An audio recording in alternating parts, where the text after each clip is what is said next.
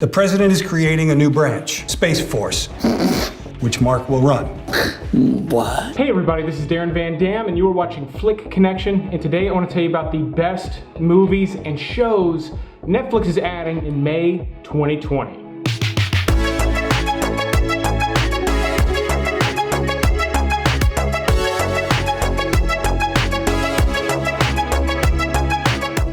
So I am coming at you from the brand new but far from finished Flick Connection studio. At the end of this video, I'll give you a quick tour for those of you that are interested, but there's literally lights hanging from the ceiling and a lot of stuff going on. But I had to get this video out because Netflix is adding a ton of stuff in May, which is great because we're all still stuck at home, mostly all of us anyway, and God bless everyone who is out there doing work, getting shit done while the rest of us wait this thing out. At home binge watching stuff. But keep in mind, Netflix has had to suspend all production of their original content because you can't get that many people in one place practically anywhere in the world right now. So there will be a gap eventually as we sort of catch up to this period where they weren't making anything. But that's why I'm here to help make sure you never run out of good movies to watch. So we're gonna run through everything that they're adding on May 1st, which is a ton of stuff. Then I'm gonna talk to you about the sponsor of this video, Universal Yums. Then we're gonna go through all the other dates and I'll highlight all the stuff that I think is most interesting coming to Netflix in May. So right on May 1st, they add a new Netflix original movie called All Day and a Night.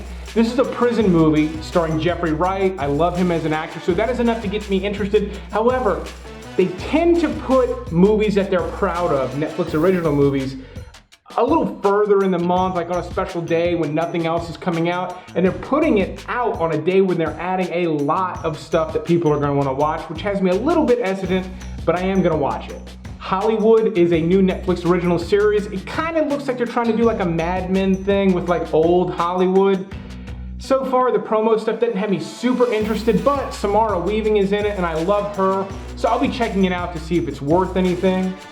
For the little ones that you're stuck at home with, Go Go Corey Carson is a great show. It's on Netflix right now, but they're adding a new season. It's very good lessons for kids. There's no violence in it. There's nothing weird or wonky in it. It's just good, clean fun for the kids, and they're short and sweet.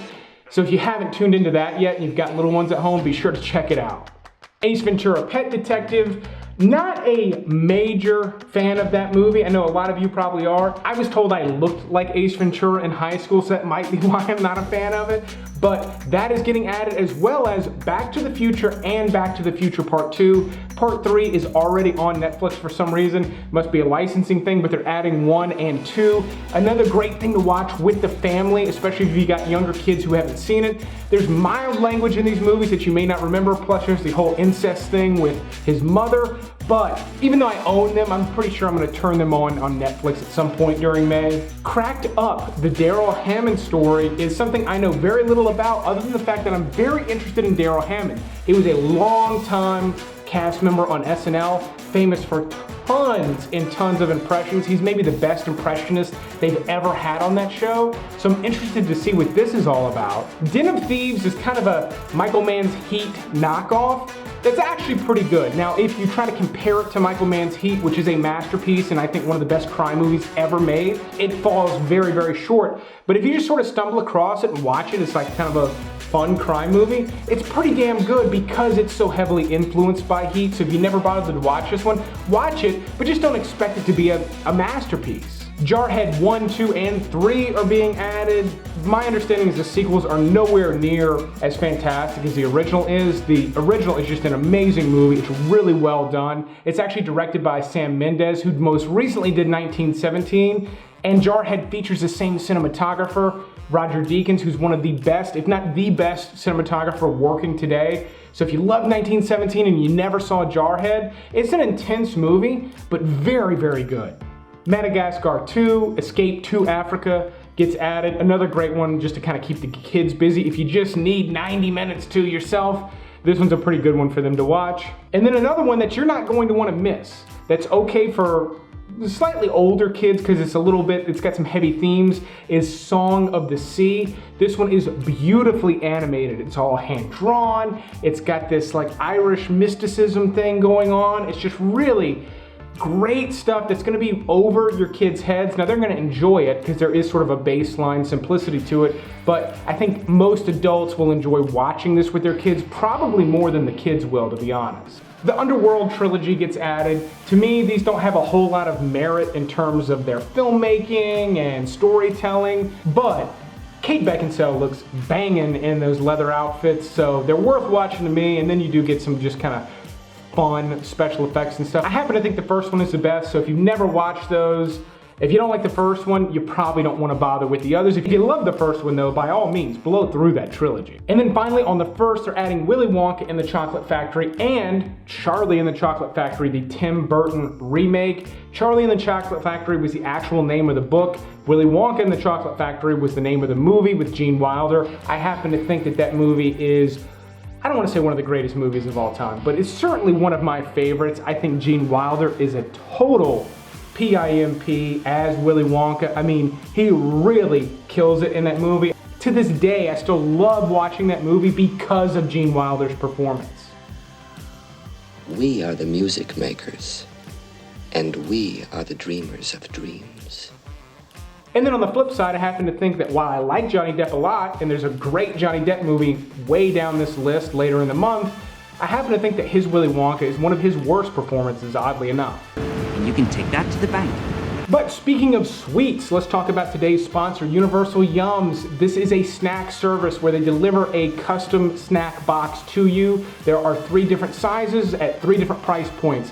Here is my box. This is my first one. It's from Scandinavia. I am dying to get my next one because me and my wife blew through this box. There's tons of great stuff in here. It's loaded. This is a heavy, thick box full of snacks, and we pigged out on this stuff. It also comes with these little factoids and games.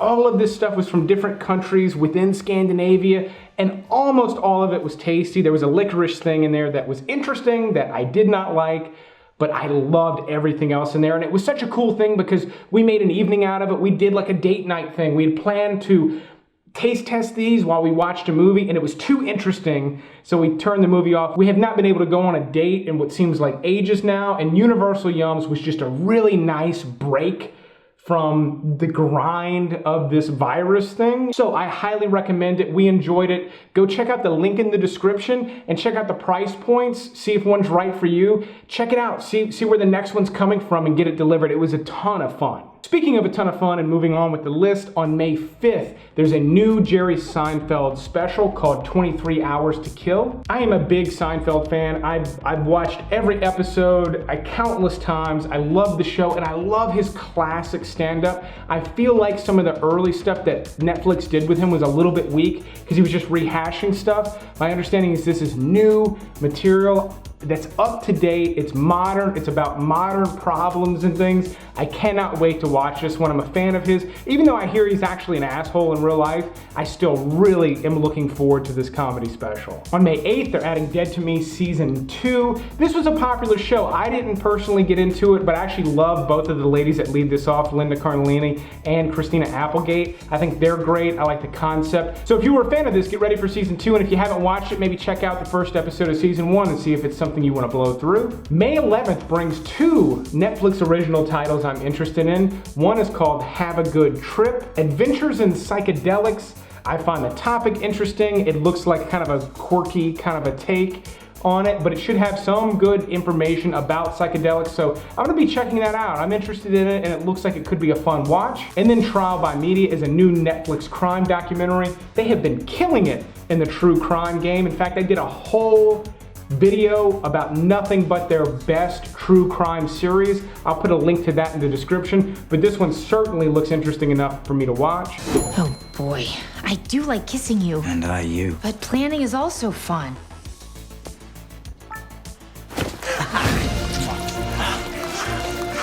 May 12th brings an interesting Unbreakable Kimmy Schmidt project. I've never got into the show. I've heard great things, but this is one of those interactive things that Netflix has been doing. So far, those have been mostly for kids. Like there's a Puss in Boots one, and I've enjoyed doing those with my kids where you get to make decisions throughout and it changes the course, kind of pick your own adventure. But they're doing this with Kimmy Schmidt.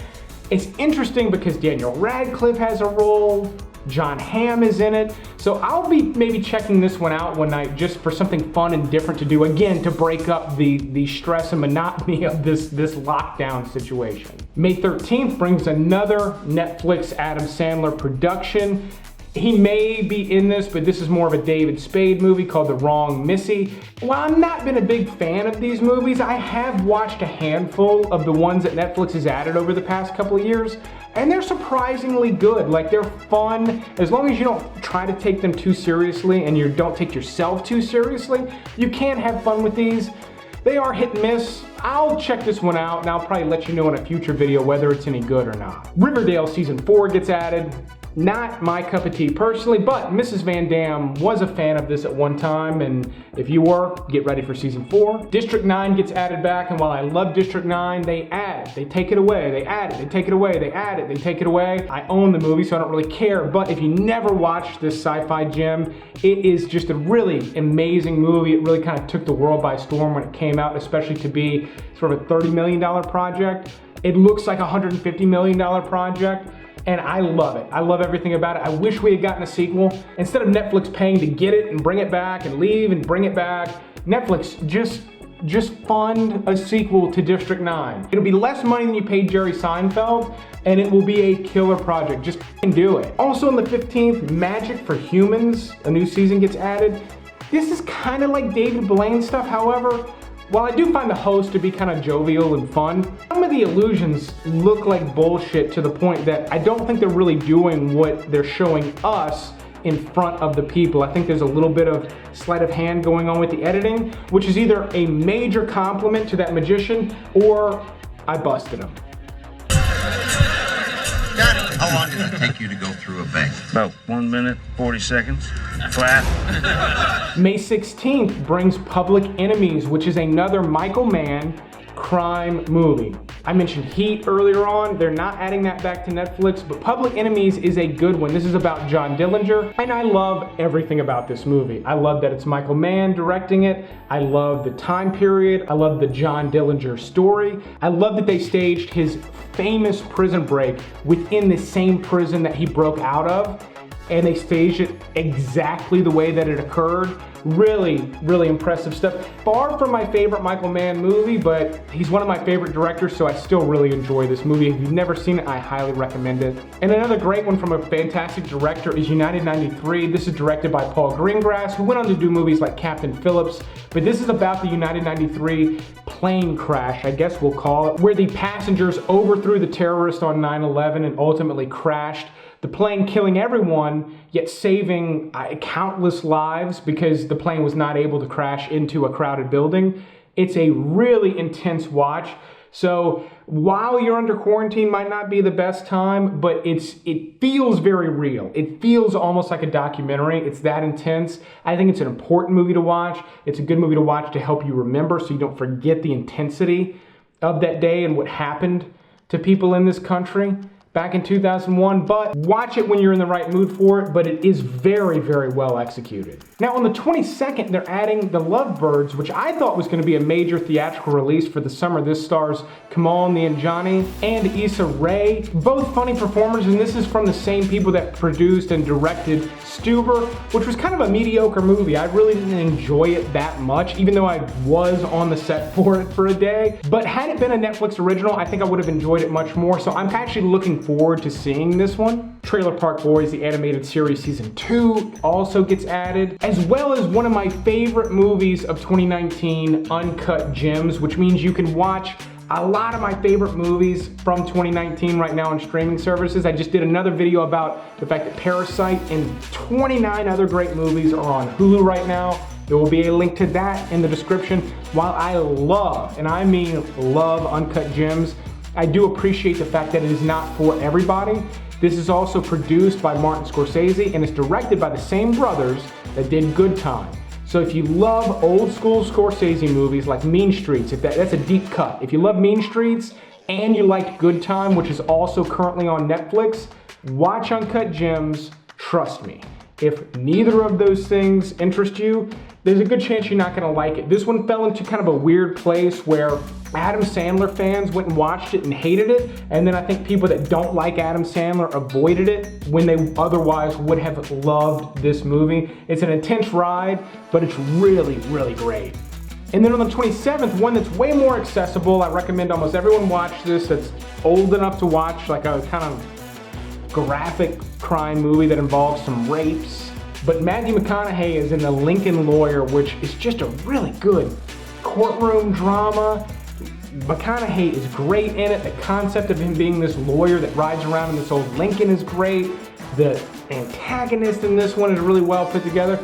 Not a masterpiece like some of the other ones I've talked about, but very accessible where I think almost anyone can enjoy this. Film buffs will not feel like it's garbage, and people who don't like art films are not going to be put off by this one. Again, just widely accessible movie. On the 29th, they're adding a new series starring a bunch of people, but really headed up by Steve Carell, called Space Force, and it's exactly what it sounds like. This is about a real thing called the Space Force, but this is just a comedy, satire. It's got a great cast, and it should be a lot of fun to watch. I can tell it's one of the things that Netflix is a little bit prouder of releasing this month. And then Somebody Feed Phil Season 3. I like this show. I like foodie content, cooking shows. I personally cook a lot.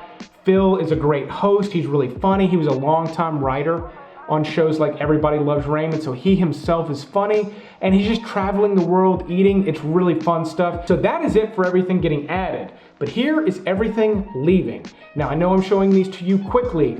Pause the screen. See if there's anything on this list that you've been dying to watch, and be sure you watch it before the date that I'm showing you, because that is the date that it's gone. When that date hits, probably in most cases, midnight Pacific time, all this content is gonna be gone on that date. That said, if you like this type of content and you like being updated on what is getting added and you don't mind my grating personality, definitely click that subscribe button and be sure to click the little bell icon so you get notified when I put out new lists like this one, as well as like sci-fi lists and all sorts of things like that, links to which are in the description. But that's it for this video. On that note, let's do a quick studio tour for those of you that are interested. All right, so I'm literally standing in this room. Let me back this camera up. As you can see, there are lights hanging everywhere. I've got an electrician coming tomorrow to fix all of that. So it's a nice big space. And you'll notice it's all been painted. I got very lucky with this space too, by the way. But I've got a couple of rooms that I can operate in, and this one is going to be the screening room. I'm gonna have my movie screen there. Now, it's not a great time for me to find this space. It's been very difficult to get things done because of the shutdown. Everything's moving very slowly, which is why this is not completed, but this is gonna be the theater room. I will do live streams from here. This is where I'll be screening stuff. I'm sure I'll be filming videos in this space. All my chairs are still wrapped up. There's a lot left to be done, but I was actually able to just set this up so I can get this one video out. But this room will be decorated. I've got some great movie art that's just been sitting for like over a year that's gonna go on that wall. And this will just be a nice kind of cozy place to shoot some videos from. I'm probably gonna have to do something about the sound, but I'm super excited to bring you new, different types of content. I'll probably have to do another couple of videos kind of raw like this, but soon enough, this will all be finished. I'll show you everything, and I'll have more content coming at you from this brand new space. So stay tuned for that. But I will keep making videos like this one as long as you watch them. I didn't say that right. But thanks for watching this video, and you will see me on the next one.